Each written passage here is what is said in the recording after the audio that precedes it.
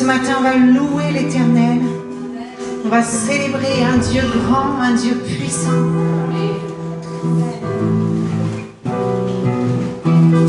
Louons-le, louons-le. Que notre cœur, que notre manteau soit un manteau de louange ce matin.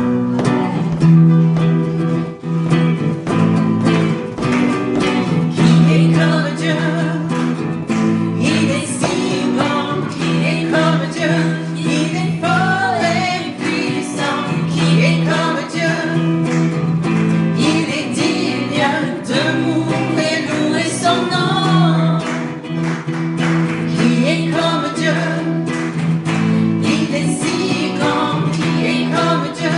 Il est fort et puissant. Qui est comme Dieu? Il est digne debout et louer son nom. Louez-le, louez-le. Car à Dieu revient la gloire. Et du lever du soleil jusqu'à son coucher, le nom du Seigneur sera loué. Qui est comme Dieu? Il est si grand. Qui est comme Dieu? Il est fort et puissant. Qui est comme Dieu? Il est digne debout et louer son nom. Qui est comme Dieu? Il est si grand. Qui est comme Dieu? Il est fort et puissant. Qui est comme Dieu? Il est digne debout et louer son nom. Louez-le, louez-le. Car à Dieu revient la gloire. Et du lever du soleil jusqu'à son coucher, le nom du Seigneur sera loué. Qui est comme Dieu? Il est si grand. Qui est comme Dieu? Il est fort et puissant. Qui est comme Dieu? Il est digne debout et louer son nom. Oh, debout, debout et louer son nom. Oh, debout, debout et louer son nom. Debout et louer son nom. Alléluia, oui Seigneur. Nos cœurs s'élèvent pour toi Seigneur. Sois élevé ce matin. Que ton nom résonne en ce lieu Seigneur Jésus. Alléluia. Que ton nom résonne. Oui, nos cœurs sont en liesse pour toi Seigneur. Nous voulons t'honorer, louer, t'élever Seigneur.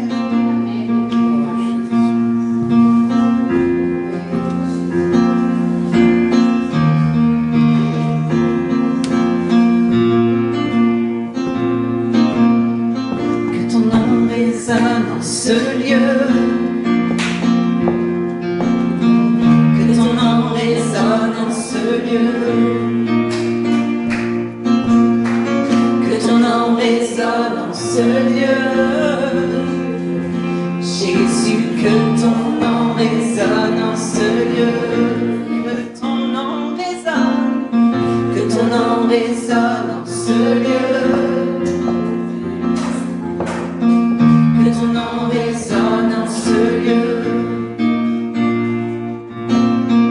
Que ton nom résonne en ce lieu. Jésus, Jésus, que ton nom résonne en ce lieu. Que les murs tremblent au son de nos louanges, alors que nos voix s'unissent à celles des anges.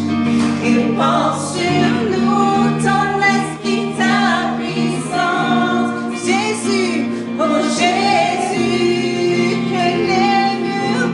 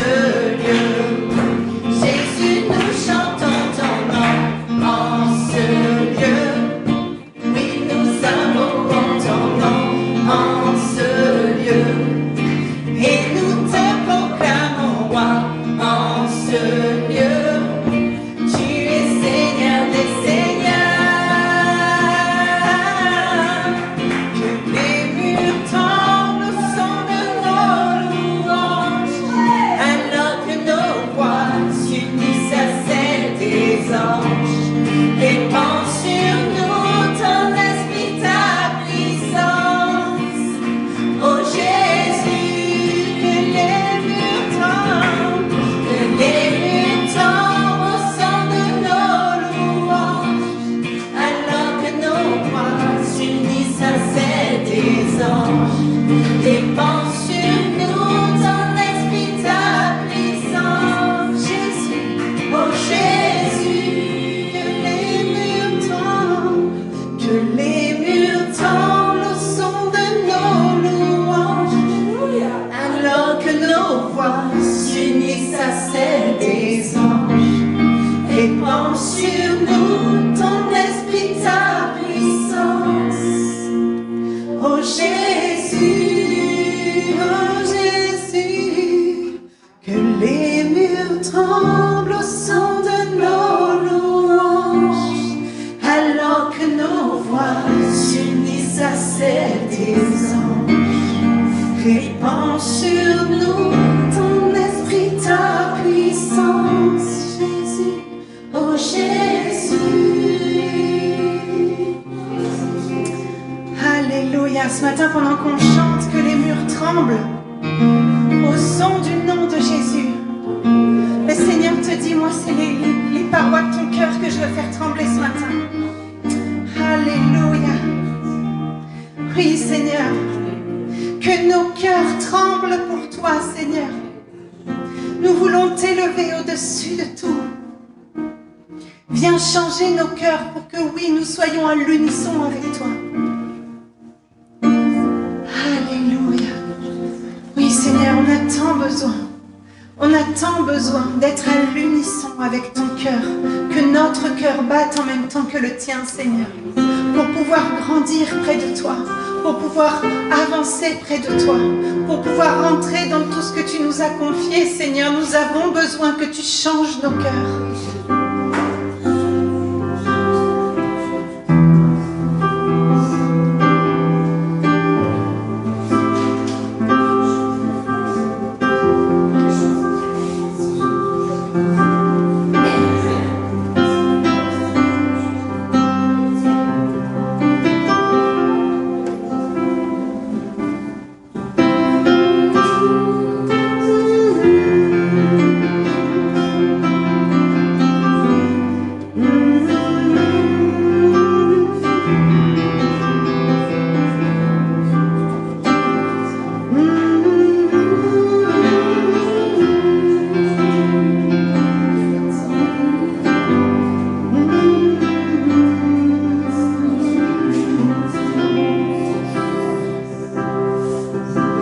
Change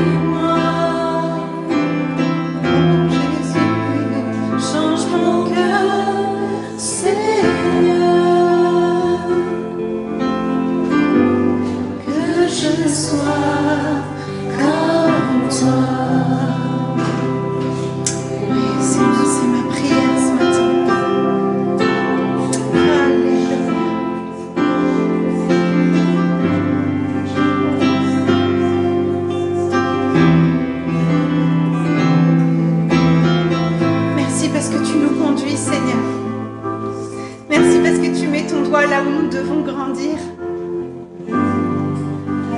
pour pouvoir entrer dans tes voies, Seigneur. Toujours plus œuvrer avec toi, Seigneur. Merci, merci.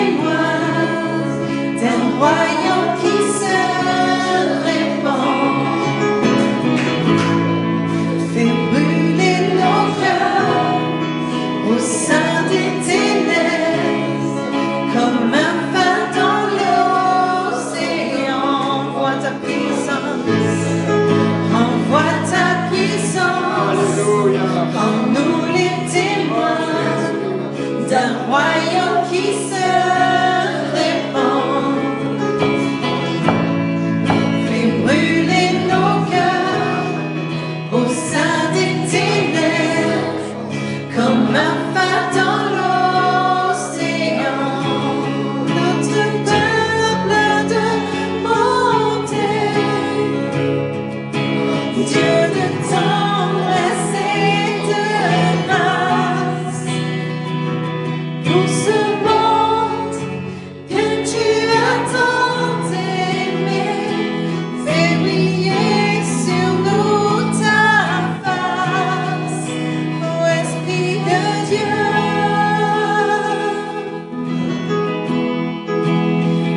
Esprit de Dieu vivant,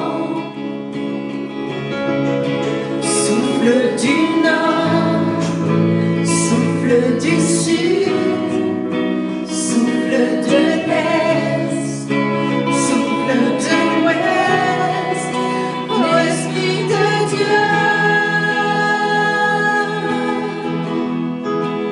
Esprit de Dieu vivant, souffle des quatre vents, descends sur nous. Oui, nous voulons être, oui, nous voulons être un peuple embrassé, l'église que ton cœur attend. Viens briser nos chaînes, détruis notre orgueil.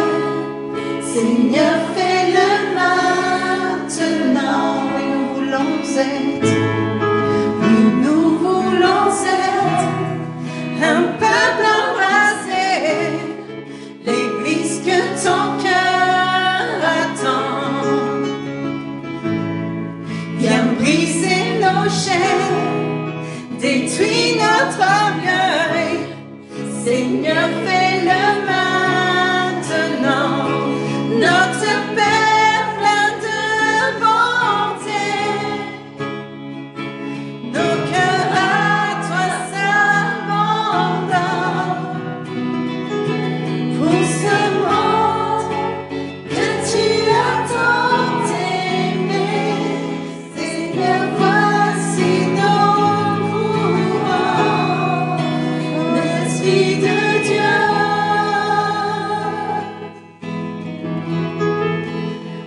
Esprit de Dieu vivant,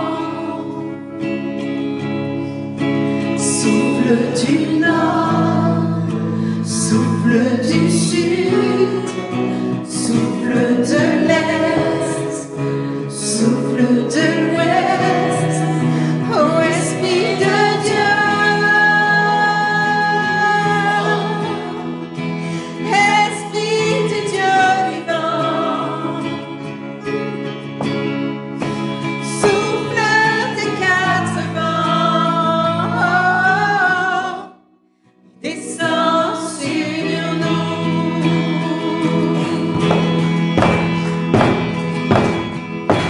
Que ton règne vienne, ta volonté soit faite sur la terre comme au ciel, sur la terre comme au ciel. Oh,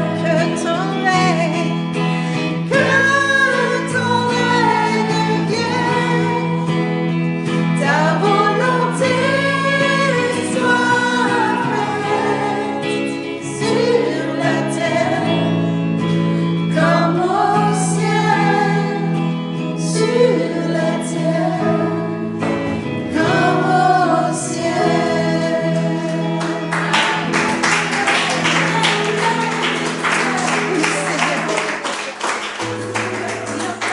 Oui, alléluia, Seigneur. Nous voulons t'acclamer, nous voulons t'honorer, Seigneur. Alléluia. Oui, nous voulons être un peuple embrasé. Ne laisse personne te dire que tu es trop enflammé pour le Seigneur. Au contraire, que tes flammes brûlent et qu'elles éclaboussent les autres. Alléluia, oui, nous voulons être cette église qui brûle pour toi, Seigneur. Cette église qui enflammera quiconque va entrer, Seigneur. Cette église, Seigneur, remplie de toi. Car tu es saint. Car tu es saint, Seigneur. Nous voulons élever ton nom. Nous voulons crier ta sainteté, chanter avec les anges. Alléluia. Nous voulons nous prosterner devant toi, Seigneur.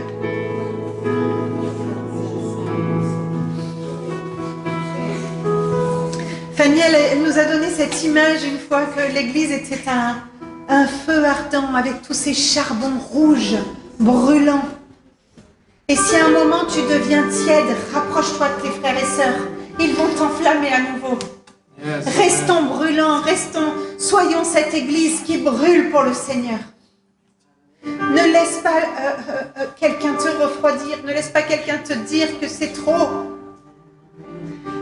Oui, nous voulons être des fous pour le Seigneur. Amen. Nous sommes des fous pour ce monde. Nous sommes des fous et nous chantons ta sainteté, Seigneur. Nous sommes des fous parce que nous reconnaissons à quel point tu es saint, à quel point tu es grand.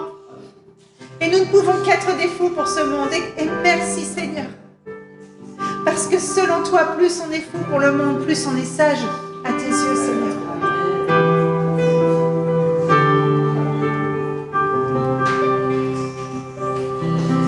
Toutes les générations devant lui prosterner, entendent ensemble un cantique à l'agneau. Ceux qui nous ont précédés et ceux qui nous suivront donneront ce cantique à l'agneau. Ton nom est le plus grand, ton nom est tout puissant, ton nom est au-dessus de tout. Puissance, autorité, royaume et dignité, ton nom est au-dessus de tout. Ton nom est grand, ton nom est le plus grand, ton nom est tout puissant, ton nom est au-dessus de tout. Puissance, autorité, royaume et dignité, ton nom est au-dessus de tout. Et les anges acclament, tu es saint, l'univers proclame. Tu es saint, tu es glorifié, Dieu très saint, à jamais tu es saint.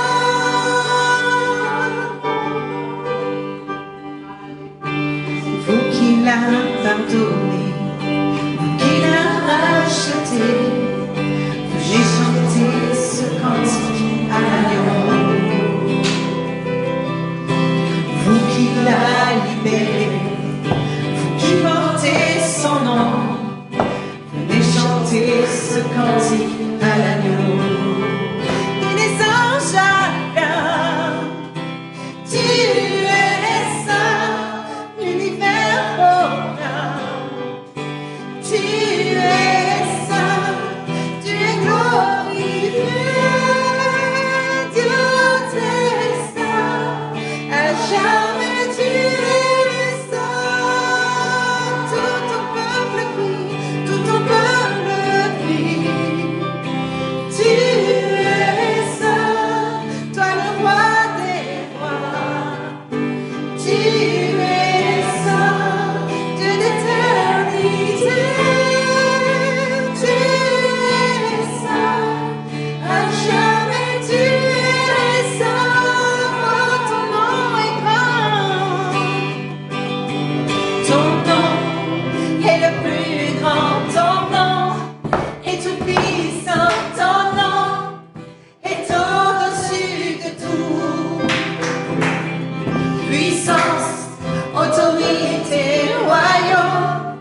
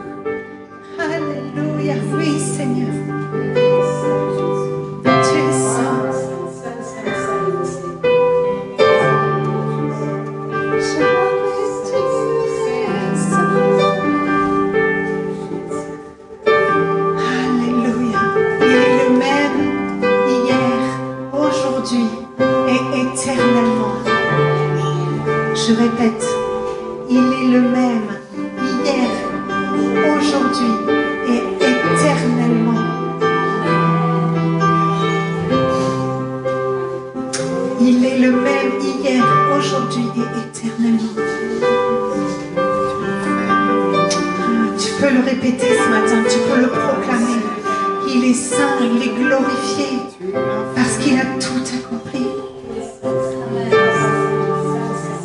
Jamais tu es saint.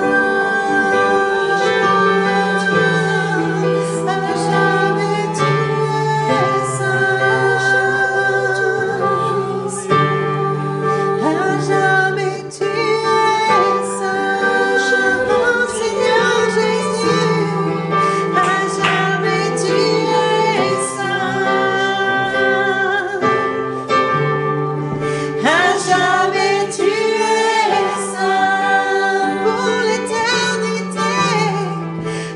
Jamais tu es saint, Jésus. Jamais tu es saint. Oh Jésus, tu es. Jamais tu es saint. Et tu es là. Et tu es là. Et tu es là. Oui, tu es là. Tu es là. Jésus est là. Amen, amen, amen, amen. Alléluia. Il est là. Il entend ta voix. Il est à tes côtés quand tu galères dans la semaine. Il est à tes côtés le matin quand tu te lèves. Il est à tes côtés les nuits quand tu te réveilles. Il est là quand tu te demandes si tu vas continuer à bosser là-bas. Il est là quand tu te prends la tête avec quelqu'un. Il est là. Il est là quand tu te demandes qu'est-ce que tu vas pouvoir bien faire avec tes enfants, qu'est-ce que tu vas leur dire. Il est là. Lève tes yeux vers lui. Il est là, il est saint, il est le même, hier, aujourd'hui, éternellement. Il est là. Il est là. Amen, amen, amen. Merci Seigneur pour ta présence. Merci parce que quand on lève les yeux à toi, oui, tu es là. Oui, tu réponds. Non, Seigneur, on ne veut pas faire les choses par nous-mêmes. Oh, je te demande pardon pour toutes les fois où j'ai voulu régler mes problèmes toute seule. Je lève les yeux vers toi car tu es là. Je lève les yeux vers toi car tu es là. Il t'aime assez pour s'intéresser à tes problèmes. Hein? Il t'aime assez pour mourir à la croix pour toi, pour faire couler son sang. Alors il est là. Parce qu'il a tout accompli. Maintenant il est là. Amen. Merci Seigneur. Alléluia. Alléluia. Oui Seigneur. Maintenant j'oublie. Je ne veux pas faire passer mes problèmes avant toi. C'est toi que je regarde. Je prends cette décision aujourd'hui. C'est toi que je regarde. Je ne regarde pas à mes problèmes. Je ne regarde pas à ce qui va embêter mon quotidien. Je regarde à Dieu. Et c'est lui qui charge du reste. C'est lui. Reçois ce matin. Reçois ça ce matin. S'il y a quelqu'un à qui Dieu parle là, vraiment. Quand tu regardes plus tes problèmes que Dieu, c'est tes problèmes dont tu fais une idole. Quand tu regardes plus tes problèmes que Dieu, quand tu essayes de les régler tout seul, c'est que tu les fais passer avant lui. Si tu regardes à lui, tu te mets à genoux, tu pleures, tu cries, tu loues, tu l'adores. Le reste, ça va se régler tout seul. Il va mettre ses mots dans ta bouche. Fais confiance.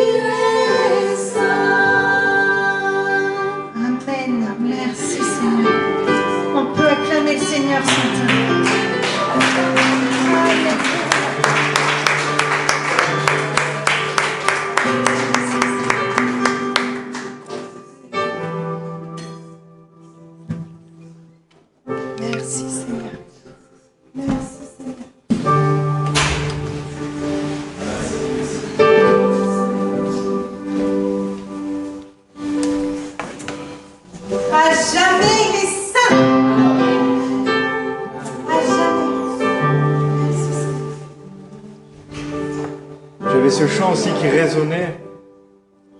À jamais tu seras, à jamais tu seras, l'agneau sur le trône, l'agneau sur le trône.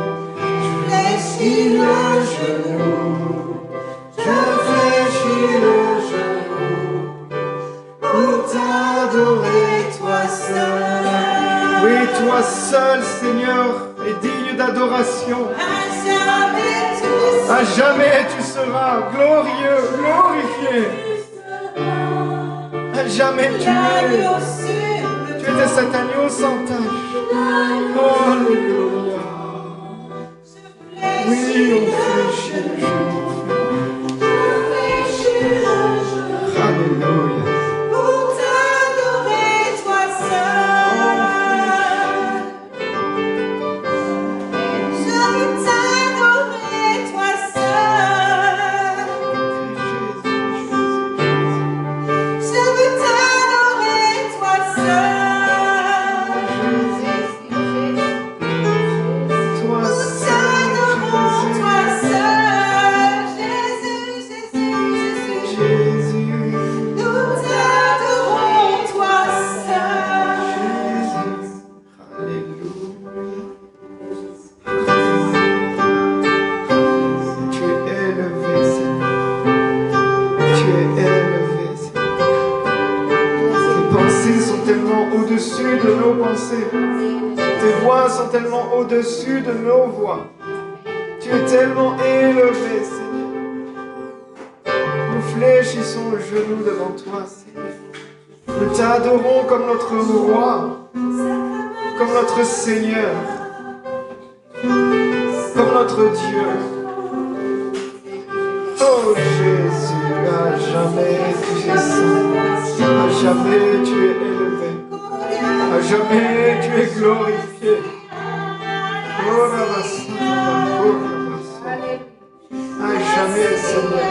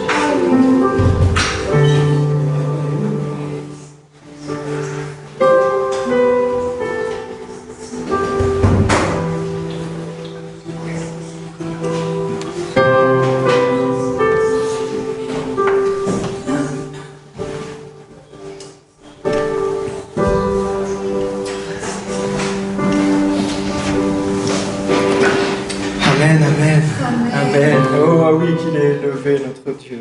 À quel point il est glorieux, glorifié. Amen. Vous voulez vraiment. Alléluia. Quand on se prosterne, on s'abaisse. Comme on courbe notre dos, comme quand les rois rentraient à l'époque, on se prosternait. On reconnaissait qu'on est peu de choses. Dieu dit quand celui qui s'abaisse sera élevé. Amen. Amen. Ça, c'est les mécaniques du royaume des cieux qui des fois sont étranges. Mais je veux me prosterner devant mon Dieu. Amen. Alléluia. Merci Seigneur pour ces moments de louange. Merci, merci Jésus. Merci. Ah, quel bon temps. On ferait durer ça. Hein. On ferait durer ça longtemps. Hein. Ça fait du bien. Ça fait vraiment du bien. Alléluia. Avant de commencer, je vais vous faire quelques annonces. Mais j'avais une pensée qui était sur mon cœur cette semaine. J'ai entendu un sportif qui parlait d'une contre-performance de son équipe. Alors, il parlait de la contre-performance de son équipe et il y avait un secteur de jeu, c'était du rugby, moi je ne vais pas vous faire le truc, mais il y avait un secteur de jeu qui n'allait pas. un secteur de jeu qui était un peu défaillant. Et les journalistes lui disaient, alors là, ces deux-là n'ont pas réussi à être efficaces. Et le gars à qui on l'a interviewé, il a dit oui, mais si moi aussi j'avais été plus efficace, eux auraient été plus efficaces. Est-ce que vous êtes attentifs? Yep, on est attentifs. Hein? Vous avez compris? Ouais? Vous avez compris? Tu es responsable de l'état de ton voisin. On est responsables les uns des autres. On est un corps. On dépend les uns des autres. Et le gars dans son équipe, il était là, il disait « Je suis responsable de la carrière de mon frère. » Enfin, du coup, de mon collègue. Si dans le basket, on te fait une passe dans les chaussettes, eh ben, tu peux être le meilleur joueur du monde, tu n'y arriveras pas. Si au rugby, le mec qui est devant, il n'arrive pas à déblayer pour que les autres prennent le ballon, le meilleur n'y arrive pas. Alors est-ce qu'on peut tous se regarder, frères et sœurs, les uns les autres? Et on dit, je suis ton coéquipier. Je suis là pour t'aider. Je suis là pour t'aider. Et pour te renforcer. Amen. On n'a pas l'habitude de faire ça, mais des fois ça fait du bien. Amen, amen. On est dépendants les uns des autres. Et on est là pour s'édifier, s'élever. Donc vite fait des annonces assez rapides. Mardi, on a l'étude biblique, la dernière des dernières. Donc la semaine dernière, je m'étais un peu trompé dans les thèmes, je suis désolé. Mais là, je ne me trompe pas dans le thème. On va faire notre dernière séance d'étude biblique sur le livre des Proverbes et on va parler de la sagesse. Ce livre des Proverbes nous enseigne la sagesse. Et on va lui demander la sagesse, on va recevoir cette sagesse. Et vraiment, on va clôturer ce moment qui a vraiment été riche. On témoigne beaucoup d'entre nous, on a saisi des vérités, vraiment saisi des choses fortes. Et donc voilà, on va clôturer ça et il y aura d'autres études bibliques qui viendront. Je suis encore en prière pour savoir des thèmes et quoi apporter. Donc, mercredi, non, jeudi, on a entre nous ici à 13h. Donc venez, voilà, c'est toujours des moments vraiment bénis. En général, le jeudi, on a aussi notre répète de louanges, le jeudi soir. Donc l'église peut prier aussi. Quand elle sait le soir que les frères se rassemblent pour préparer ces moments, voilà, ça met du temps des fois. On est là, on doit travailler, on doit s'exercer, on doit se mettre en accord. Voilà, ça peut prendre du temps. Et priez pour nous pendant ces moments. On a besoin de vos prières, de votre soutien aussi spirituel, même si vous n'êtes pas présents avec nous. Voilà, dans vos prières, vous êtes présents. Samedi, la prière, 17h. Vendredi, le groupe de maison, voilà, 20h. Et voilà, et là, ça. Et dimanche matin, 8h30, et ça repart. Et ce matin, on a la joie aussi d'avoir John et Wendy qui sont avec nous. On les salue bien. Ils nous viennent d'une petite ville des États-Unis, de Los Angeles, c'est ça? Voilà, une petite ville qui fait la taille du département. Bienvenue, c'est vraiment une joie de vous avoir. Ils essayent d'apprendre le français, donc on essaye de leur parler en français pour qu'ils apprennent et pour que voilà. Mais ça va aller vite. Voilà. Le Seigneur a équipé il a équipé des ouvriers avec des talents et vous équipez avec la parole. Amen. Amen. Tu peux me passer ma Bible, s'il te plaît? Merci pour les enfants aussi, voilà. Que le Seigneur bénisse Marlène, bénisse Adélaïde pendant ce moment. Il va y avoir des paroles riches qui vont être apportées. Alléluia. Oh, merci Seigneur, je te rends gloire, Seigneur. Je te bénis encore, je vais encore te prier. Merci pour ces moments de louange, ces moments de parole, Seigneur. Merci parce que tu as placé mon frère, ma sœur à côté. Merci parce que j'ai été choisi pour bénir un frère, bénir une sœur. Et cette sœur, ce frère a été choisi pour me bénir. Merci parce que tu as fait ce corps dont tu es la tête, Seigneur. Et nous voulons vraiment, comme il a été rappelé aussi, nous mettre au diapason, nous accorder avec toi. Seigneur, nous ne voulons pas faire de fausses notes, nous ne voulons pas être dissonants. Mais nous voulons vraiment être en accord avec toi. vraiment sur la même longueur d'onde. Merci Seigneur de continuer à changer nos cœurs, de continuer à nous façonner comme tu le fais, Seigneur. On te bénit, on te rend gloire, au nom de Jésus-Christ. Amen, amen, amen. Alléluia. Alors ce matin, j'ai pas trouvé de titre pour le message de ce matin, donc vous en trouverez un pour vous si vous voulez. Vous me le direz, comme ça fera ça aidera Anne-Lise et puis ça fera un écho. Mais ce matin, je voudrais introduire le message par un témoignage. Et vous savez que Dieu parle tantôt d'une manière, tantôt d'une autre. Dieu parle d'une manière des fois tellement, peut-être bizarre, mais étonnante. Mais Dieu parle dans des moments de notre vie où on ne s'y attend pas, dans des moments où on fait des choses, des fois d'une façon mécanique, c'est comme une habitude. Et là, Dieu, des fois, nous parle, nous interpelle et nous donne une vérité. Alors, je vais vous parler de mes poules. Ça va faire sourire certains, je sais que Christian n'est pas là, mais quand il va l'écouter, ça va le faire sourire.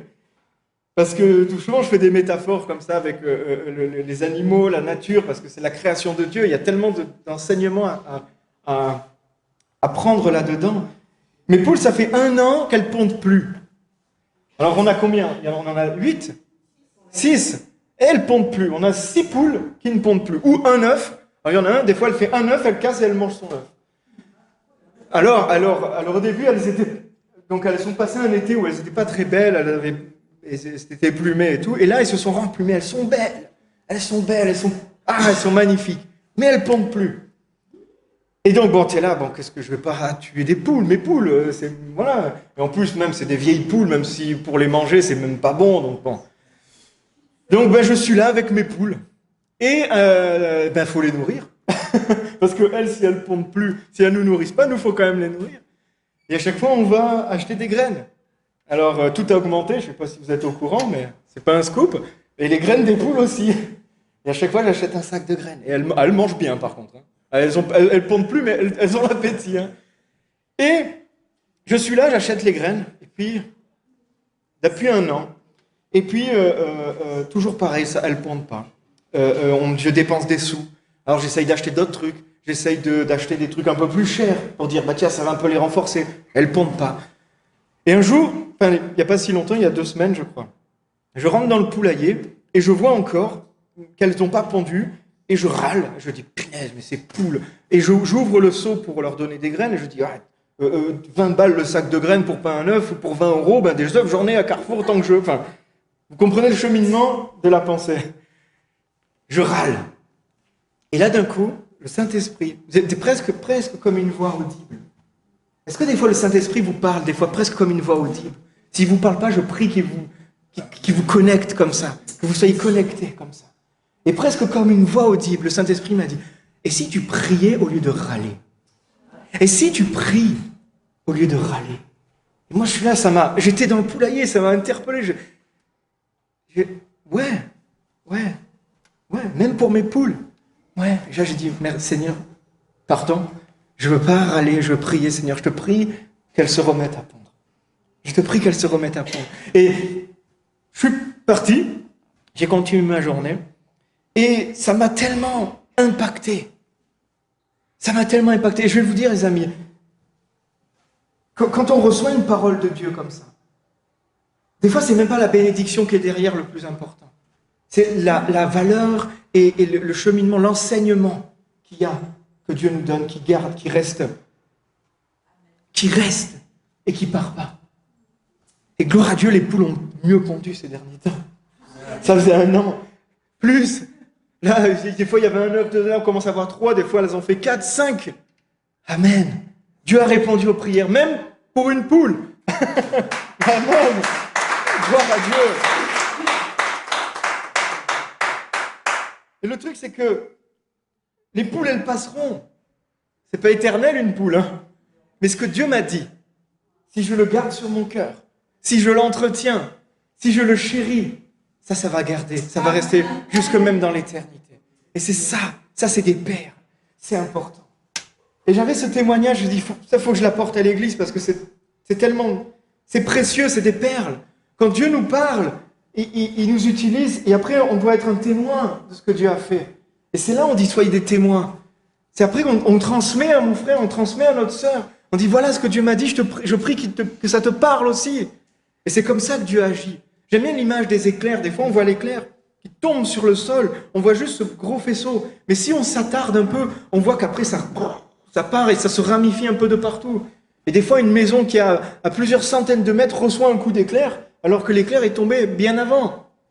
Parce que ça se diffuse, et c'est la parole de Dieu, c'est comme ça. Elle descend, boum, sur une personne. Ne garde pas. Irradie autour de toi, proclame autour de toi, témoigne autour de toi. Et tu vas avoir toutes ces mini-éclairs qui vont passer et embraser. Comme dit Fanny, on est des braises. Et tu vas chauffer ton frère, tu vas chauffer ta sœur. Tu vas faire en sorte qu'elle se réenflamme. Amen. Alors je pensais à ce que j'ai vécu, et je me suis dit, il faut que je l'apporte à l'église parce que c'est précieux. Et il m'est venu l'histoire de Anne. Anne qu'on connaît bien, la mère de Samuel. Et du coup, je vous propose qu'on aille lire ça dans le premier livre de Samuel. C'est le tout début, c'est au chapitre 1. Donc je n'ai pas donné les références, mais on ne va pas naviguer dans beaucoup de versets, on va beaucoup lire ce passage. Et je crois que ma Bible, c'est une colombe. Donc on va commencer, je vais vous lire ce passage, donc il est un peu long, donc on va s'accrocher. Et si, ma chérie, tu veux pas me le lire à la place, tu lis mieux que moi. Bien, super. Les références, c'est le premier livre de Samuel, chapitre 1. Il y avait un homme de Ramathaïm, Tsophim, de la montagne d'Éphraïm, nommé Elkana, fils de Yéroam, fils d'Eliou, je comprends pourquoi tu me l'as fait lire, fils de Tohu, fils de Tsouf, Éphratien. Il avait 2 femmes. Le nom de l'une était Anne, et le nom de la deuxième, Pénina. Pénina avait des enfants, mais Anne n'avait point d'enfants. Chaque année, cet homme montait de sa ville à Silo pour se prosterner devant l'Éternel des armées et pour lui offrir des sacrifices. Là se trouvaient les 2 fils d'Élie, Ophni et Phinéas, sacrificateurs de l'Éternel. Le jour où Elkana offrait son sacrifice, il donnait des parts à sa femme Pénina, ainsi qu'à tous ses fils et à toutes ses filles. Mais il donnait à Anne une part double, car il aimait Anne, que l'Éternel avait rendue stérile. Sa rivale ne cessait pas de lui causer du chagrin, pour qu'elle se révolte parce que l'Éternel l'avait rendue stérile. Toutes les années, il en était ainsi. Chaque fois qu'Anne montait à la maison de l'Éternel, Pénina lui causait du chagrin de la même manière. Alors, elle pleurait et ne mangeait pas. Elkana, son mari, lui dit, « Anne, pourquoi pleures-tu et ne manges-tu pas? Pourquoi ton cœur est-il attristé?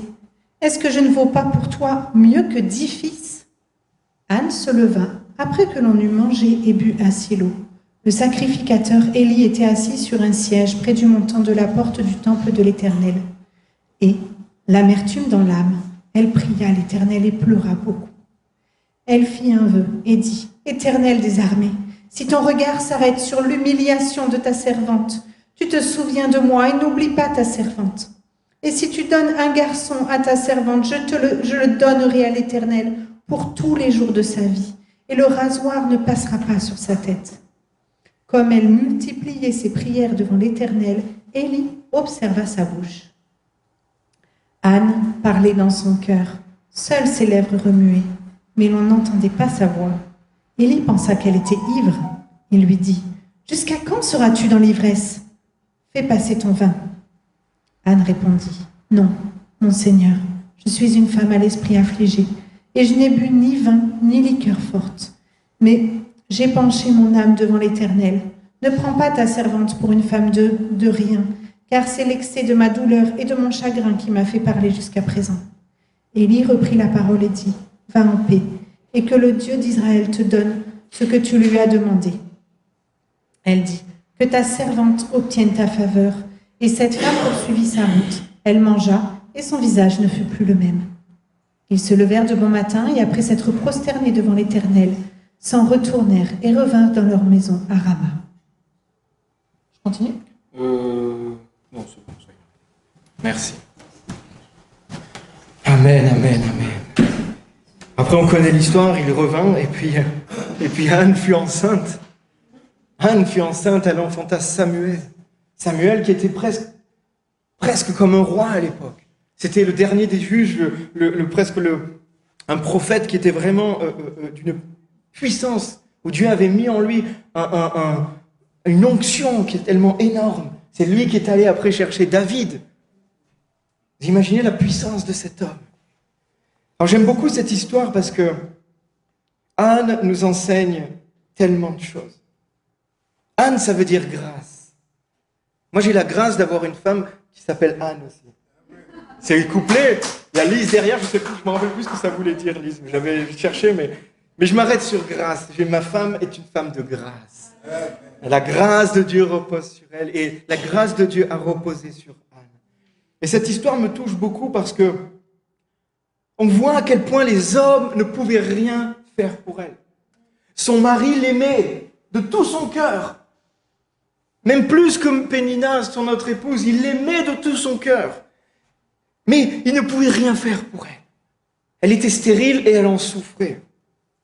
Et même quand elle est arrivée au temple avec sa douleur, même l'homme de Dieu l'a méprisée. Même l'homme de Dieu l'a cru ivre, a eu un mauvais jugement et presque à dire allez, oh. Elle était en train de pleurer dans la douleur. Elle dit va cuver ton vin ailleurs. C'est un peu ça qu'il y a dit. Allez, va faire passer ton vin. Anne, c'était une personne qui était brisée. Brisée par la vie, parce qu'elle était stérile, elle voulait avoir un enfant. Avant, c'était important d'avoir un enfant. Si tu étais une épouse, tu n'avais pas d'enfant, c'est comme si tu ne servais presque à rien. C'est dur de dire ça, mais tu n'avais pas de valeur. Il y avait quelqu'un qui sans arrêt la harcelait, lui faisait du mal, la narguait. Et même quand elle essaye d'aller à l'église, le pasteur est méchant avec elle. Cette histoire, quand je la regarde, je m'enseigne que les hommes ont une limite très rapide. Oui, des fois, notre frère, notre sœur va nous causer tort, va nous blesser, va avoir des comportements qu'on n'aime pas. Même notre pasteur, des fois, on peut se tromper. On n'a pas envie de se tromper, mais des fois, ça arrive. Ça me montre aussi des fois des jugements hâtifs qu'on peut avoir, des discernements rapides. Et attends, oh là là, oh j'en connais, moi je sais, elle est ivre. Non, elle n'est pas ivre. Non, elle se répand devant notre Dieu. Ouais, celle-là, il sait quand. Non, c'est pas ça. Prends du temps, va la voir, va lui parler, tu verras que ton jugement est tout autre. Et ça, c'est pas seulement pour les responsables, pour les pasteurs, etc. C'est aussi pour chacun d'entre nous. Des fois, on a le jugement tellement facile, tellement rapide, alors qu'on n'est même pas allé voir la personne, même pas allé lui parler, même pas allé prendre soin d'elle. On dit, qu'est-ce qu'il y a, ma sœur? Mais même si tu es ivre, pourquoi tu es dans cet état? Qu'est-ce qui se passe? Anne était vraiment brisée. Et ça nous montre à quel point on ne doit pas focaliser sur les hommes. On ne doit pas focaliser sur ce qu'un homme peut nous apporter. Parce qu'aussi bon soit-il, aussi gentil soit-il, aussi machin, il aura ses limites. Il pourra nous apporter jusqu'à une certaine limite. Mais on doit focaliser sur ce que Dieu fait à travers l'homme. Parce que l'homme, il est utilisé pour faire des choses. Et des fois, Dieu va utiliser des gens qui nous paraissent des fois les plus pénibles pour nous, entre guillemets, les plus durs pour nous. Les gens avec qui on a du mal à accrocher.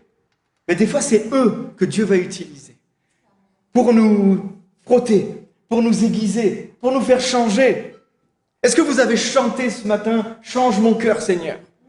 Oh, c'est dangereux de chanter ça. Parce que quand vous chantez « Change mon cœur, Seigneur », Dieu dans le ciel, il dit « Ok, mais je vais le faire, moi. » Parce que Dieu est fidèle. Nous, on oublie. Nous, on dit « Change mon cœur, Seigneur », et après, on dit « Pas trop vite quand même. Hein. » ou pas ce côté-là. Non, ce côté-là, non. Quand tu dis « Change mon cœur, Seigneur », Dieu va changer ton cœur. Alléluia. Mais d'une façon, des fois, qui est... Jonas, il a dit, va à Ninive. Là où il y a tous ces gens qui t'ont méchants, que tu n'aimes pas. C'était pour changer son cœur. Il n'y avait Dieu n'aurait pas pu trouver quelqu'un de plus compétent.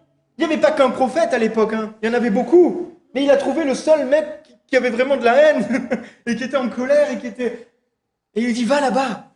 Non seulement il voulait sauver ce peuple, mais il voulait aussi changer le cœur de Jonas. Et des fois, Dieu va utiliser des choses tellement invraisemblables. Comme des poules, des gens, des frères et sœurs. Et dans ces moments, quand on lit cette parole, on voit à quel point Anne n'a pas focalisé sur les attaques. Il y avait Pénina qui l'a harcelé, qui l'a maltraité, qui était comme une écharde dans son pied, à chaque fois pour se moquer. Et quand on voit Anne, qu'est-ce qu'elle a fait? Elle s'est pas mise en conflit contre elle. La parole de Dieu nous fait pas ressortir ça. Elle s'est pas mise en conflit, elle s'est pas mise en colère. Elle n'a pas prié pour chasser Pénina ou pour faire taire, non. Elle a accepté quelque part cette souffrance et elle est allée devant le trône de Dieu. Et elle a dit la seule chose qui peut régler cette histoire, c'est d'aller devant Dieu, d'aller devant le trône de Dieu, de prier, de louer, de me répandre. Et c'est ça qui a fait changer. Et nous, des fois, dans notre vie, on va bloquer sur les étapes. On va bloquer sur des gens qui nous font du mal. Et on va plus prier au bout d'un moment pour que Dieu nous enlève ça que pour trouver la volonté de Dieu. Mais ça marche pas. Ça marche pas. Parce qu'au bout d'un moment, on focalise sur ce qui est mauvais. On focalise sur ce qui ne va pas. Je veux arrêter de fumer. Alors, je vais arrêter de fumer. Alors, je vais prier pour que j'arrête de fumer. Loue Dieu. Au bout d'un moment, tu n'auras plus envie de fumer. Adore Dieu. Au bout d'un moment, tu n'auras plus envie de faire ces choses-là. Oh, j'arrive pas à m'empêcher de faire ci, j'arrive pas à m'empêcher de faire ça. Oh, Seigneur, arrête. Ne nomme même plus ces choses-là. Commence à adorer Dieu. Commence à t'entretenir avec les paroles de Dieu. Commence à prier d'une façon nouvelle. Commence à chercher Dieu d'une façon nouvelle. Et au bout d'un moment, toutes ces choses, ils vont partir. Ils vont partir. Alors des fois, oui, il y a des esprits à chasser, on les chasse dans le nom de Jésus. Mais des fois, on a l'impression qu'il y a des choses tellement spirituelles que des fois, il faut que ça fasse du fracas, ça fasse du bruit, ça fasse de l'effervescence. Non, des fois, tu dis, va-t'en dans le nom de Jésus, l'esprit s'en va, il n'y a personne qui a rien vu. Moi, je suis convaincu que sur cette estrade même, il y a des dimanches où j'ai chassé des démons et même personne ne l'a vu. Et je sais que les démons sont partis. Amen. J'ai entendu la dernière fois un pasteur qui disait, mais je ne permets pas au diable de faire son cirque. Si tu pars, même pas tu vas chahuter ma soeur, même pas tu vas faire du bruit, tu fais même pas de bruit en sortant. Tu ouvres la porte, tu la fermes, tu pars. Et des fois, il y a ça, l'esprit part comme ça. Et après, il y a la chair aussi. Et là, des fois, c'est un autre paire de manches. Mais quand on se connecte à Dieu, on arrive à soumettre notre chair. On arrive à soumettre notre âme à notre esprit. Quand on se soumet à Dieu, quand on commence à adorer Dieu, des esprits mauvais partent. Des choses partent. Juste dans la présence de Dieu. Plutôt que d'essayer de chasser l'obscurité. Est-ce que tu as déjà essayé de chasser le noir? Comment on fait à chasser l'obscurité? On allume la lumière. On ne peut pas chasser l'obscurité. On allume la lumière. Alors c'est basique, c'est bête. Il dit, ouais, mais ça, ouais, c'est bateau. Ouais, mais appliquons-le dans nos vies. Appliquons-le dans nos vies. Non, allume la lumière. Mets-toi dans la présence de Dieu. Fléchis le genou. Et les choses partiront. Et les choses changeront. Alléluia. Dans ce passage aussi, ce qui peut choquer, quand on dit que Dieu est bon, quand on dit que Dieu est un Dieu d'amour, quand on dit que Dieu est tellement, oui, tellement bon, tellement amour, quand on dit que Dieu l'a rendu stérile, c'est ce qui est marqué dans la parole, c'est que c'est Dieu qui avait rendu Anne stérile. Mais ça peut nous choquer. On dit, comment ça? Dieu, tu es un Dieu de bénédiction, tu es un Dieu d'abondance, tu es un Dieu qui ouvre les écluses des cieux, tu es un Dieu qui a dit à Abraham que sa postérité sera gigantesque. Tu n'es pas un Dieu qui... Et pourtant, c'est ce que dit la parole de Dieu à ce moment-là. Dieu a rendu Anne stérile. Et des fois, je pense que Dieu peut nous rendre stériles. Peut nous rendre stériles. Pas pour notre mal, pas pour nous briser, mais pour nous amener beaucoup plus loin. Pour nous amener beaucoup plus loin. Pour nous amener beaucoup plus loin. Dieu veut nous rendre stériles. Dieu nous rend stériles des fois pour nous amener plus loin dans son plan. Il veut que tu enfantes. C'est une certitude. Mais d'abord, il veut que tu comprennes certains principes. Parce que sinon, tu enfanteras comme Pénina a enfanté. C'est-à-dire, tu développeras de l'orgueil. Tu développeras de la hauteur. Tu t'enorgueilleras. Et tes enfants ne serviront, excuse-moi, à rien. Alors que Dieu voulait que l'enfant de Anne serve à quelque chose. Et pas à une petite chose, à quelque chose de vraiment grand. Et il attendait que Anne, dans son cœur, il y a une chose qui change. Il attendait le bon moment. Dieu, des fois, attend le bon moment dans ta vie. Amen. Et je prie pour qu'on ait une vie qui ne soit pas stérile. Là, on parle d'enfants, mais on peut l'appliquer à notre vie. Est-ce que ta vie est stérile? Est-ce que ta vie produit quelque chose ou ta vie est stérile? Pourquoi des fois ta vie est stérile? Pourquoi des fois ta vie ne produit pas les choses que Dieu voudrait qu'elle produise? Ah, des fois ça fait mal d'entendre ça. Mais ah Seigneur, mais je veux, comme Anne, je veux produire, je veux avoir du fruit. Et ça ne se passe pas. Quand je méditais ça, il me revenait le verset de Jacques 4, verset 3. Parce que des fois on demande mal. Jacques 4, verset 3. Ce verset, il dit, vous demandez, vous ne recevez pas. Vous demandez et vous ne recevez pas. Pourquoi? Parce que vous demandez mal, afin de satisfaire des passions, afin de satisfaire votre chair. Si Dieu avait donné Samuel au moment où Anne lui avait demandé, eh bien peut-être que Anne aurait pris Samuel comme un sujet d'orgueil et aurait pu dire à Pénia, tu vois, hein, moi aussi, non, pouette. Tu vois? Et dire, écoute, voilà, on est égaux maintenant, tu vois. Et ça satisfait notre chair. Ça satisfait notre orgueil. Des fois, on demande des choses à Dieu. Et au fond de notre cœur, eh bien, c'est pour nous. Et c'est pour satisfaire notre égoïsme, pour satisfaire une blessure. Un jour, Dieu m'avait rappelé, m'avait tellement remis en place avec ça. Il y avait une période compliquée de l'Église, avec le pasteur Pal et Lucero, les pasteurs d'avant, où il y avait beaucoup de gens qui partaient d'une manière fracassante et avec des... Donc les gens, on les voyait toute la semaine, et d'un coup, on recevait une lettre, comme s'ils ne pouvaient pas nous le dire en face. Et sur la lettre, ça balançait, par contre, devant, ça disait plus rien. Et moi, ça me mettait en colère. Et j'étais jeune, en plus, j'étais jeune chrétien, le pasteur commençait à me prendre avec lui pour m'enseigner, donc on commençait à marcher un peu dans notre vie de foi, dans notre vie chrétienne, et ça me mettait en colère. Et je lui disais, mais c'est quoi ces chrétiens? Mais c'est quoi ces gens comme ça qui partent comme ça, en critiquant, en disant n'importe quoi des fois, juste parce qu'ils sont blessés, parce qu'ils n'ont pas envie de grandir?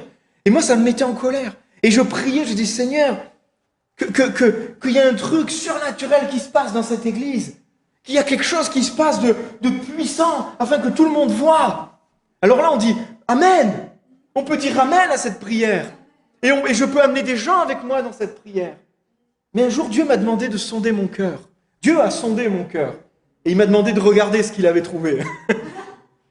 Et ce qu'il avait trouvé, c'est qu'en fait, je faisais cette prière. Pour que tous ces gens, soient confondus. Pour que tous ces gens disent, ah punaise, oui, on s'est trompé, c'est eux qui avaient raison. Vous avez vu, ma motivation n'était pas bonne. Parce que c'était pas pour le royaume de Dieu. C'était pas pour sauver des âmes. C'était pour prouver aux autres qu'ils avaient tort. Et là, je me suis repenti, je dis, pardon Seigneur. Pardon Seigneur. Parce que ma prière n'était pas juste. Vous demandez, vous ne recevez pas. Mais heureusement que Dieu ne donne pas ça, parce que sinon on s'enorgueillit. On s'élève, on se dit, voilà, vous avez vu, tous ceux qui ont écrit des lettres incendiaires, là, des mensonges et tout. Voilà, regardez ce que Dieu fait. Le Saint-Esprit est ici. Le Saint-Esprit est ici.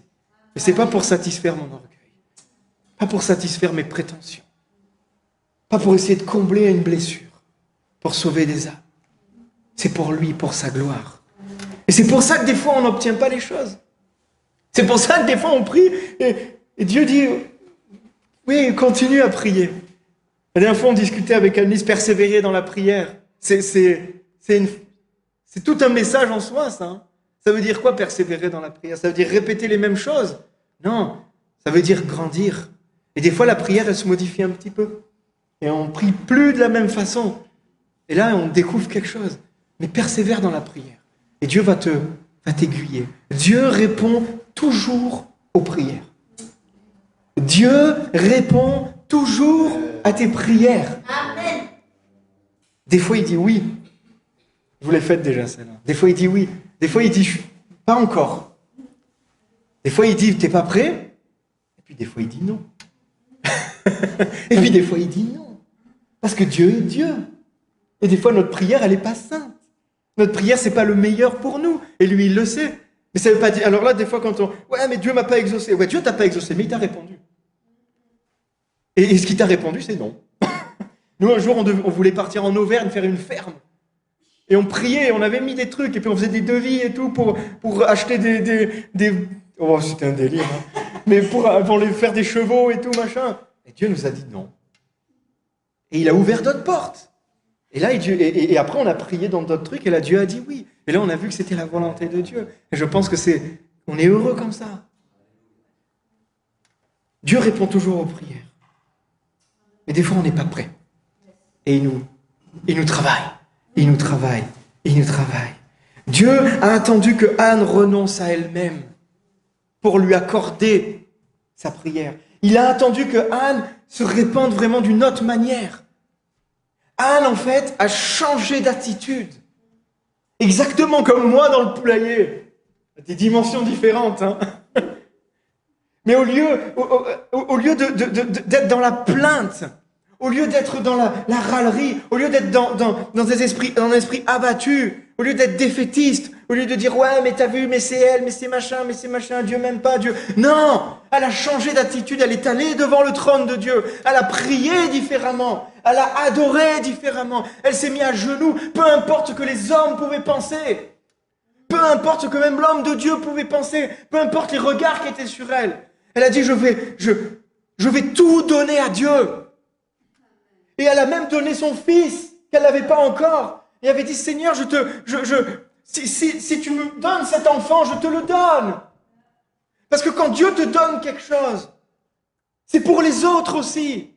C'est pour bénir les autres aussi. Si tu demandes quelque chose que pour toi, que Dieu ne te le donne pas. Parce que ça va te remettre confortable.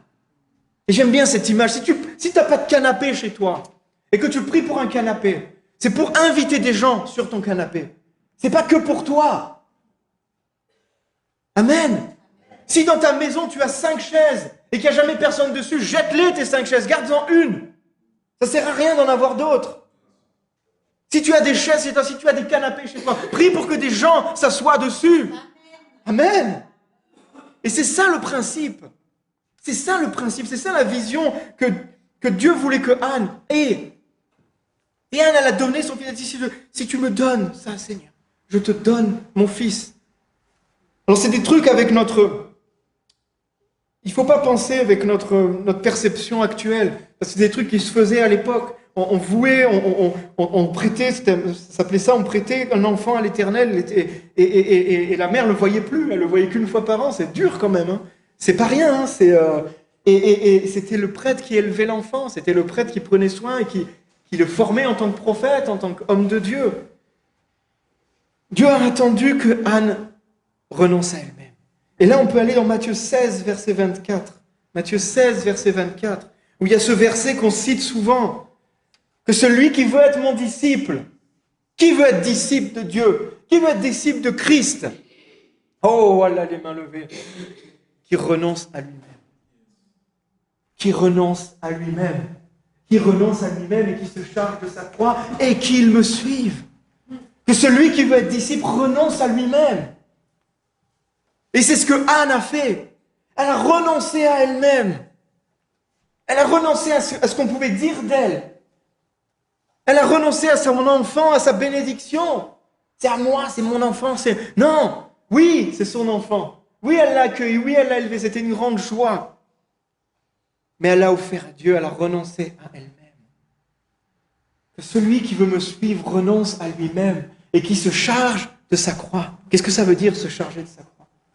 Ça veut dire aussi accepter des fois des souffrances, comme Jésus l'a accepté.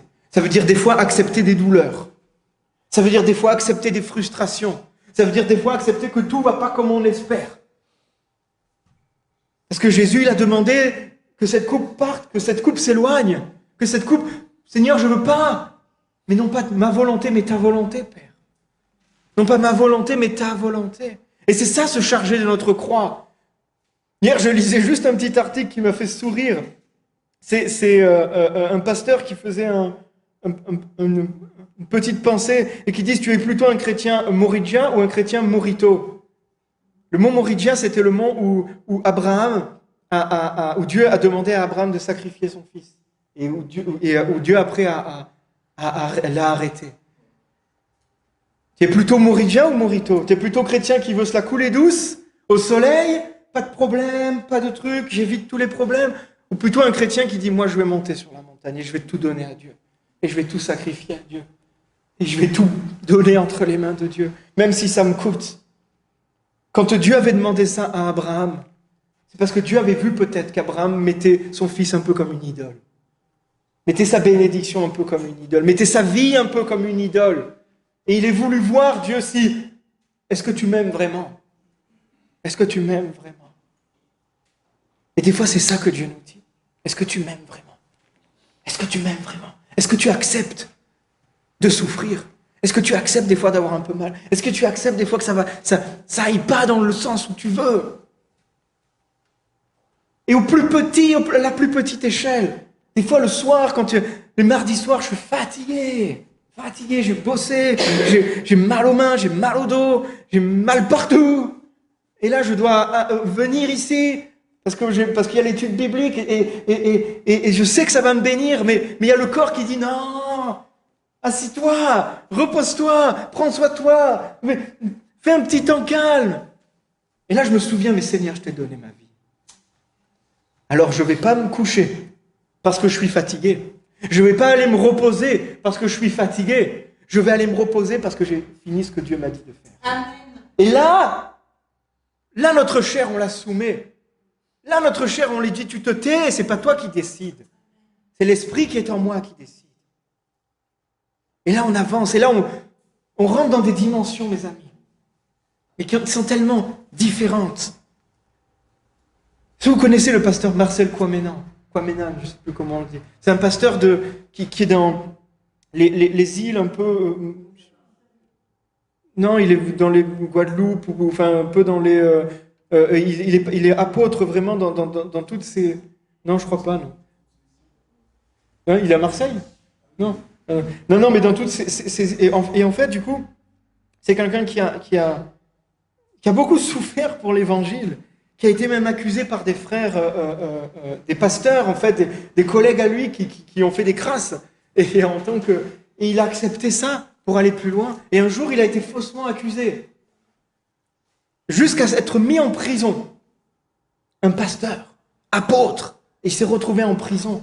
Et il ne savait pas pourquoi, il ne savait pas comment. Il se dit, mais il priait Dieu. Et son cœur saignait. Il souffrait, sa famille souffrait, son église souffrait, tout le monde souffrait. Vous imaginez? Si un jour quelqu'un vient et dit, ouais, votre pasteur, il est accusé de ci, ça, il est en prison. Eux, la famille, les parents. Et lui, il priait. Et vous savez ce que Dieu lui répondait à chaque fois? Dieu lui répondait par une question. Et il lui demandait, m'aimes-tu? M'aimes-tu? M'aimes-tu? Jusqu'à être capable de supporter tout. Jusqu'à être capable d'accepter d'être emprisonné injustement. Même Dieu. Et c'est ça que Jésus disait à Pierre. Jésus savait là où Pierre allait. Jésus savait que ça allait pas être facile. Mais il a dit, m'aimes-tu? M'aimes-tu? Dieu nous demande ça aussi. M'aimes-tu? ta croix. Prends ta croix. Dieu, là, après il est sorti de prison, cet homme, je vais vous faire, parce que je ne veux pas vous laisser sur ça quand même. Dieu, il l'a fait sortir de prison, et l'État français lui a dit, pardon, on s'est trompé. Cool. Et ils ont donné un gros dédommagement financier. Alors ça, voilà. Ça, c'était le... Et qui a développé des projets, et qui a développé d'autres trucs, parce que Dieu change le mal en bien. Amen. Dieu change le mal en bien. Là où il y a eu le mal, la grâce a surabondé. Amen. Il ne laisse pas comme ça, la grâce a surabondé. Amen. Tout concourt au bien de ceux qui aiment Dieu. Tout concourt au bien de ceux qui aiment Dieu. Alors ouais, tu auras peut-être des tacles à la cheville, des choses, mais persévère. Persévère. Persévère. On se charge de notre croix et on avance. Et des fois, on a du mal parce qu'on a le fardeau qui devient trop lourd. Et on est là comme ça. Pasteur Dan a parlé la dernière fois et ça m'a beaucoup impacté. Il avait dit cette phrase, quand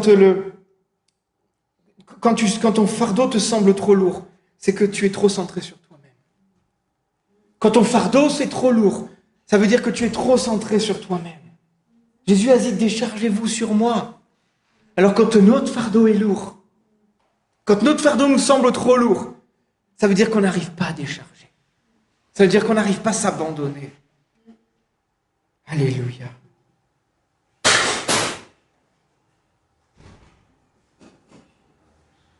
Dieu veut que l'on rentre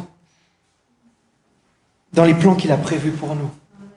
Ça implique des fois des hauts et des bas. Ça implique des virages, ça implique des détours, ça implique des souffrances, désolé.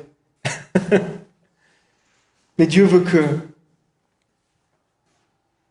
on aille là où, au bout, là où il a prévu. Et souvent on dit entrer dans sa destinée. On envoie beaucoup des messages comme ça. Entre dans ta destinée. Entre dans ta... Elle sourit parce que ça me... C'est des choses des fois qui m'énervent à moi. Rentre dans ta destinée. Ouais. Entre dans sa destinée. Entre dans sa destinée à lui. Pas dans la tienne. Dieu a une destinée, mais c'est son plan. C'est son projet. C'est son cœur. C'est là où on veut rentrer. Des fois, on a l'impression qu'on veut rentrer dans notre propre voie, dans notre propre truc. S'accomplir soi-même, se faire du bien à soi-même, se faire... Ça passera, ça sert à rien, ça. Quand on lit ces messages, entre dans sa destinée, c'est pas ta, c'est ça, la sienne à lui. La destinée qu'il a prévue pour toi. Et c'est ça que je prie pour chacun d'entre vous, pour chacun d'entre nous, pour tous les enfants. C'est qu'on rentre dans la destinée que Dieu a prévue pour chacun d'entre nous. Oh, des fois, elle est différente. Il y a John et Wendy qui sont là, je pense pas que... Voilà, venir en France des États-Unis, c'est pas évident, hein, mais pourtant c'est leur destinée. Alléluia. Et on avance, et on avance. Et quand on reçoit ça, quand on passe par des moments de trouble, de tumulte, et qu'on arrive à sortir de ces moments, on arrive à voir le Dieu. On voit j'aime beaucoup ce passage où on voit le visage de Anne qui a changé. Le visage de Anne a changé. Pourquoi le visage de Anne a changé? Parce qu'elle était enceinte? Non. Elle n'était pas enceinte à ce moment-là. Parce qu'elle a compris, elle a reçu la bénédiction de Dieu. Elle a pris la bénédiction de Dieu. Et par la foi, elle a avancé. Nous sommes des gens qui devons avancer par la foi. Pas par la vue, par la foi.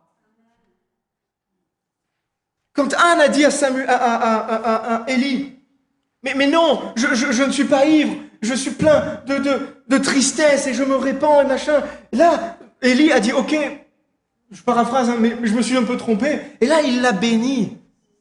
Il l'a béni. Et qu'est-ce qu'il y a dit? Va en paix. Il a dit shalom. Le shalom de Dieu qui nous amène la paix, la béatitude. Et là, Anne a reçu ça. Elle n'était pas encore enceinte. Mais par la foi, elle a dit, mon Dieu est un Dieu qui tient parole. Mon Dieu est un Dieu fidèle. Et là, son visage a déjà commencé à changer. Est-ce qu'il y a des choses que tu pries, des shalom de Dieu que tu as reçus et qui tardent un peu à venir? Ben réjouis-toi parce que ça va arriver. Commence à sourire maintenant. Commence à sourire maintenant parce que ça va venir. Ça va arriver. T'inquiète, il y a peut-être un laps de temps, mais ça va arriver. Anne était quand on lit, elle avait le cœur amer. La Bible, elle avait le cœur triste. Est-ce que des fois on a le cœur amer? Est-ce que des fois on a le cœur triste? Je sais pas, moi oui, des fois. Ça m'est arrivé. Mais si on laisse cette amertume se développer dans notre chair, ben ça nous empoisonne. Par contre, si quand cette amertume arrive, c'est un signal pour dire là, je dois aller au trône de Dieu. Là, quand il y a cette amertume, là, je dois aller me prosterner devant le Seigneur. Là, je dois aller me mettre face contre terre. Là, je dois jeûner. Là, je dois prier. Là, je dois chercher nouvellement la face de Dieu. Là, je dois changer ma façon de voir les choses. Ben alors là, cette amertume, ça devient presque une bénédiction. Parce que Dieu va surabonder. Dieu va augmenter. Amen. Anne reçoit le shalom de Dieu. Et elle le fut transformée. Et après, on voit qu'elle a enfanté 7 fils. Amen. Elle a non seulement enfanté Samuel, qu'elle l'a donné à l'Éternel. Et Samuel est devenu ce qu'on sait. Mais après, elle a encore enfanté 7 fils. Veux-tu que ta vie soit fertile? Veux-tu avoir une vie fertile? Mais on veut avoir une vie fertile. Je prie que vous ayez une vie fertile. Mais pour ça, des fois, il faut changer d'attitude. Mais pour ça, des fois, il faut accepter d'abandonner. Tout. Des fois, il faut accepter de dire, Seigneur, j'accepte de tout abandonner. Ma vie, mes finances, tout ce qui me tient à cœur, tout est entre tes mains, Seigneur. Seigneur, je vais vous laisser, on va arrêter là. Mais on va finir par de la louange, on va finir par des chants. Denise avait un chant dans la liste de la louange que j'ai fait enlever pour mettre à la fin. Et on va prendre ce chant. Ce chant dit « Je m'abandonne ». Vous le connaissez tous par cœur. Je m'abandonne. Je veux te connaître plus. Je veux te connaître plus, Seigneur. Je m'abandonne. Seigneur, est-ce qu'on peut chanter ce chant? Celui qui veut pas aller plus loin avec Dieu, il peut fermer sa bouche. Pas de problème. Celui qui veut aller plus loin avec Dieu, qu'il ouvre sa bouche. Celui qui veut aller plus loin avec Dieu, qui proclame ses paroles, qu'il ouvre sa bouche et qui demande et qui dit ça à Dieu, qui prend cet engagement. C'est un engagement ce matin qu'on peut prendre avec Dieu. J'ai presque envie de même que vous prenez peut-être même une feuille de papier et marquez dessus « Je m'abandonne ». Seigneur, je te donne tout et vous la signez. Vous la mettez dans votre Bible et à chaque fois que vous l'ouvrez, vous regardez. Et vous dites, j'ai prêté serment un jour. À chaque fois que vous êtes fatigué, à chaque fois que ça ne va pas, vous ouvrez votre Bible et vous regardez, j'ai prêté serment que j'ai tout donné à Dieu. Amen. On va chanter ce chant.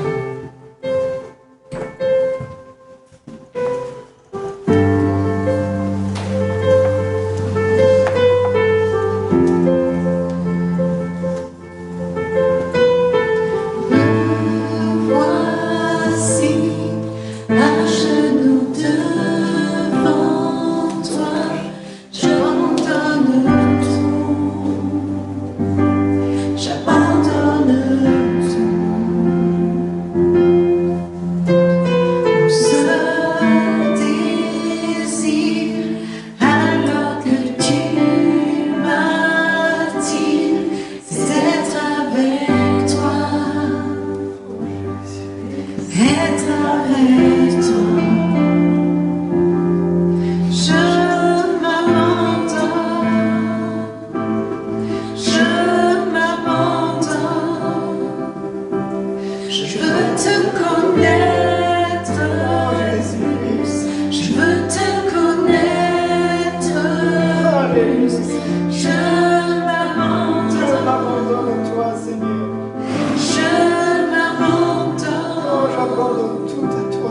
Je veux te connaître plus.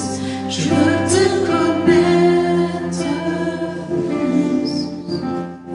Par ta grâce, viens inonder mon âme. J'ai besoin de toi. Amen. J'ai besoin de toi.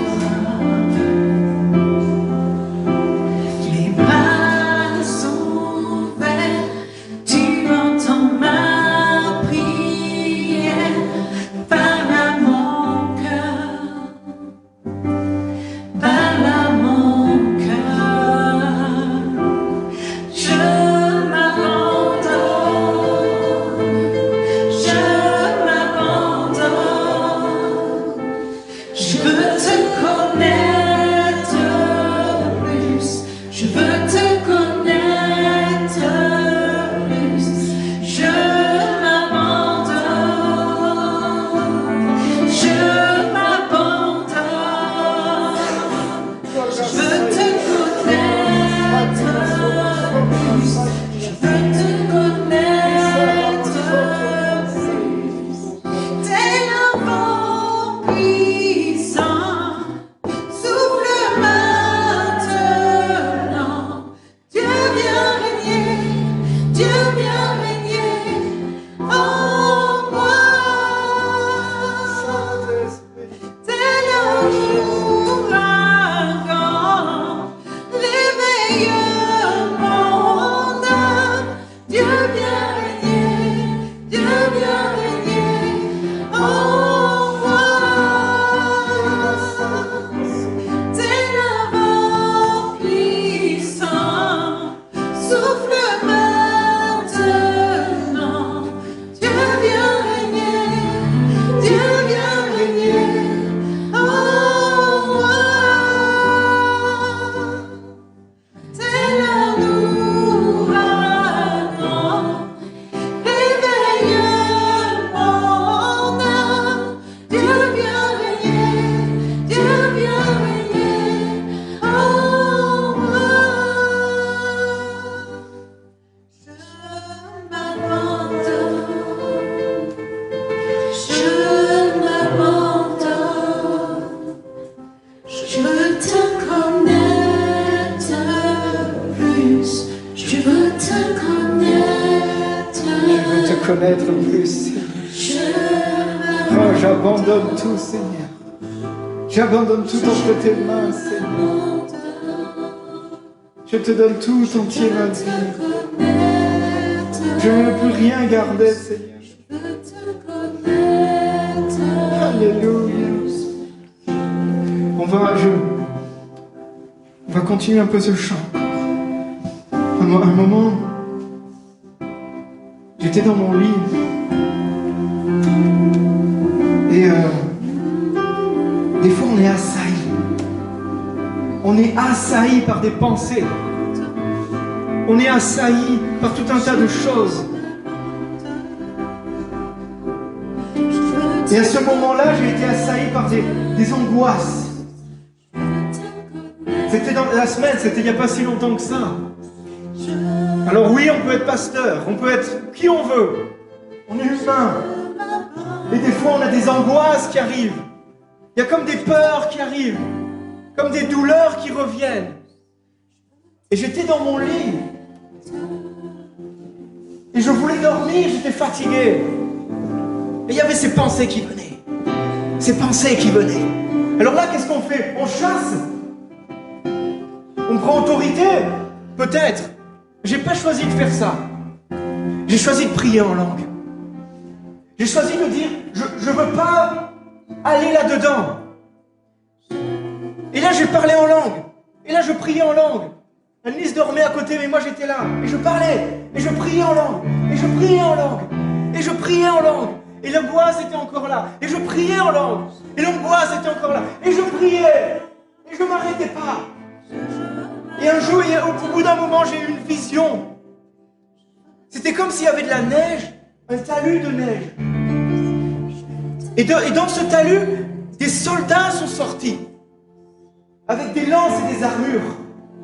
Et ces soldats se sont mis en rang devant moi. Et là, ça m'a interpellé, je me suis presque réveillé. Et j'ai voulu refermer les yeux en disant, Seigneur, donne-moi la suite de cette vision. Il m'a rien donné de plus. Et dans la semaine, je repriais. Et Dieu m'a dit, ce que je t'ai donné, c'est ça. Je mets une armée devant toi. Je mets une armée devant toi. Je mets une armée devant toi. Loue-moi. Prie-moi d'une manière nouvelle. Chante mes louanges d'une manière nouvelle. Ne focalise pas sur tes problèmes. Ne focalise pas sur tes angoisses. C'est pour ça que Dieu nous a donné ce don aussi de parler en langue, qui est cette langue des anges. Oh, ça peut paraître bizarre, mais dans ces moments-là, parle en langue, prie en langue. Et si tu ne parles pas encore, demande au Saint-Esprit de demande ce don, et tu le donneras. Et il donne encore ce matin, il donne encore à cet instant. Quand tu parles en langue, c'est comme si tu t'abandonnes. Tu t'abandonnes. Tu lâches tout. Et au moment où tu lâches tout, l'armée de Dieu peut prendre possession. L'armée de Dieu peut se lever. Du moment où tu tiens les choses, l'armée ne peut pas se lever. Arrête de freiner l'armée de Dieu dans ta vie. Commence à lever les yeux, à le louer, l'adorer d'une façon nouvelle. Et ce que j'ai vu, tu le verras. Tu verras l'armée de Dieu sortir de nulle part et se mettre en rang devant toi. Alléluia. Tel un vent puissant, il va venir. Tel un ouragan, il va venir. Je m'abandonne, Seigneur. Oh Jésus. Tel un vent puissant, souffle maintenant. Dieu vient régner. Dieu vient régner.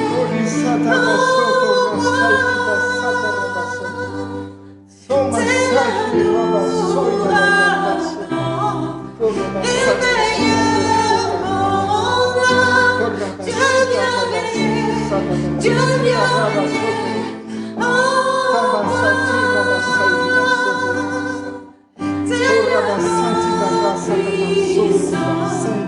Souffle maintenant. Dieu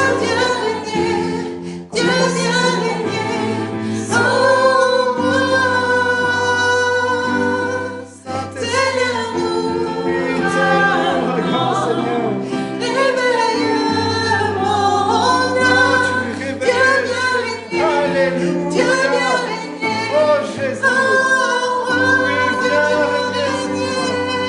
Dieu vient régner.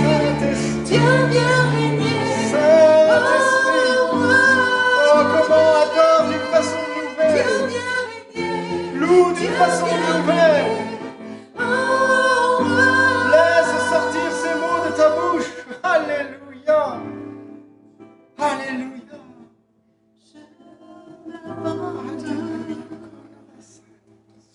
Je m'abandonne. Je veux te connaître plus. Je veux te connaître plus.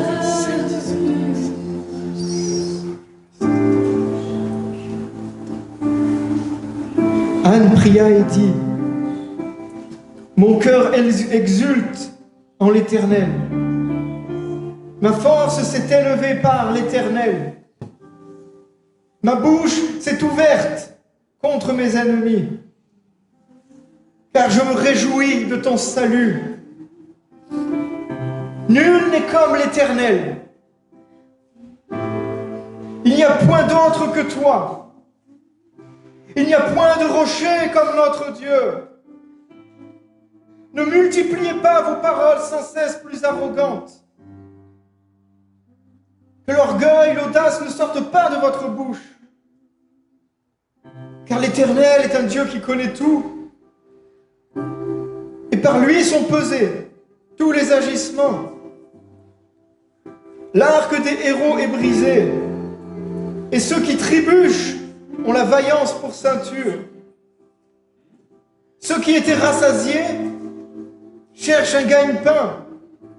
Mais ceux qui étaient affamés ont du répit. Et même la femme stérile a enfanté 7 fois.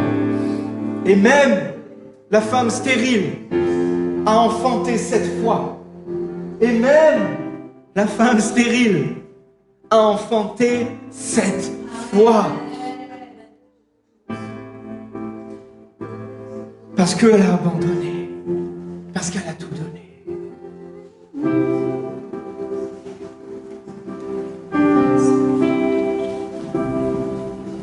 Je te donne mon cœur, il ne m'appartient plus.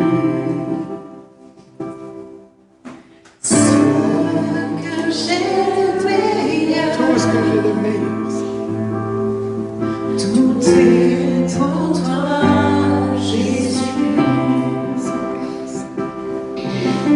Un parfum de malheur sur toi est répandu. C'est l'offrande de mon cœur. Je suis à toi, Jésus.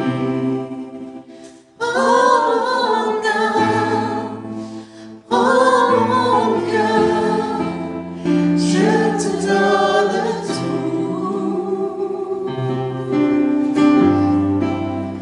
Oh ma vie, me voici, je te donne tout.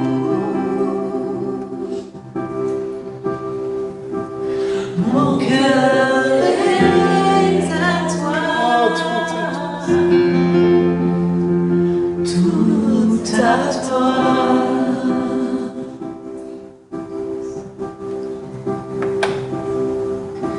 Je te donne mon cœur, il ne m'appartient plus.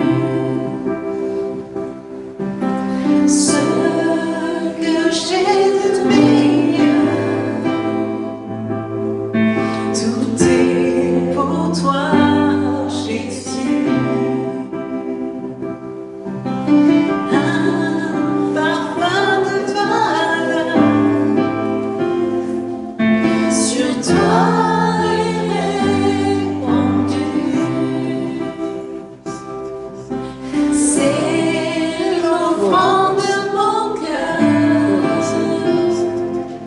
Je suis à toi, Jésus.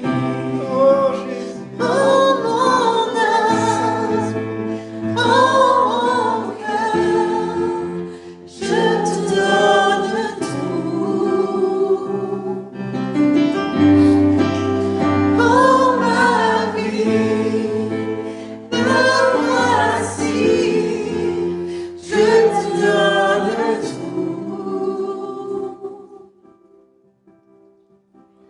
Mon cœur est à toi, tout à toi.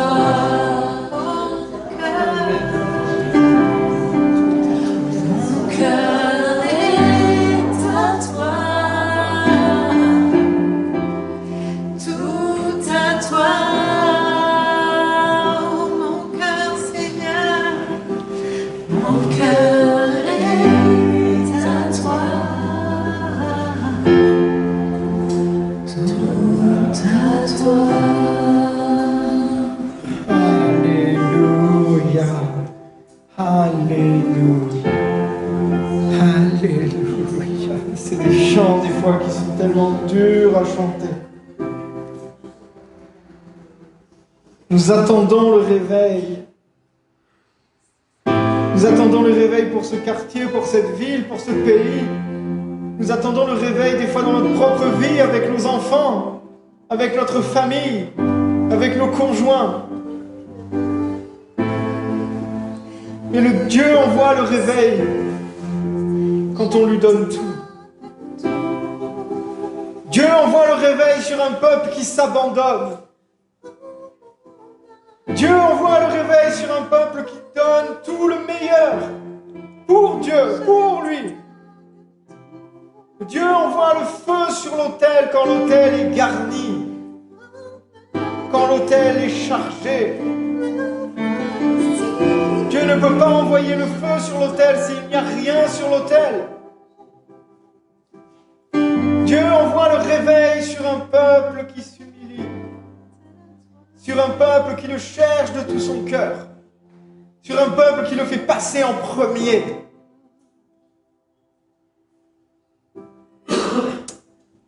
Sur un peuple qui s'abandonne. Alléluia. Tout à toi.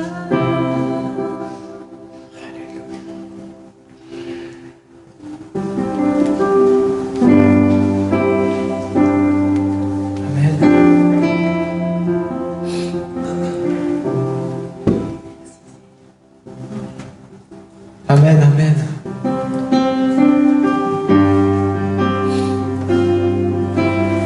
Il va y avoir des vies stériles qui vont enfanter. Amen. Il va y avoir des vies stériles qui vont enfanter. Amen, amen, amen. Oh Jésus. Alors que la stérile a enfanté 7 fois, ta vie va enfanter.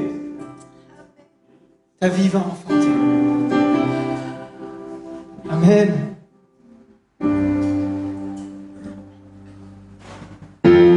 Ah, sois béni, mon Dieu.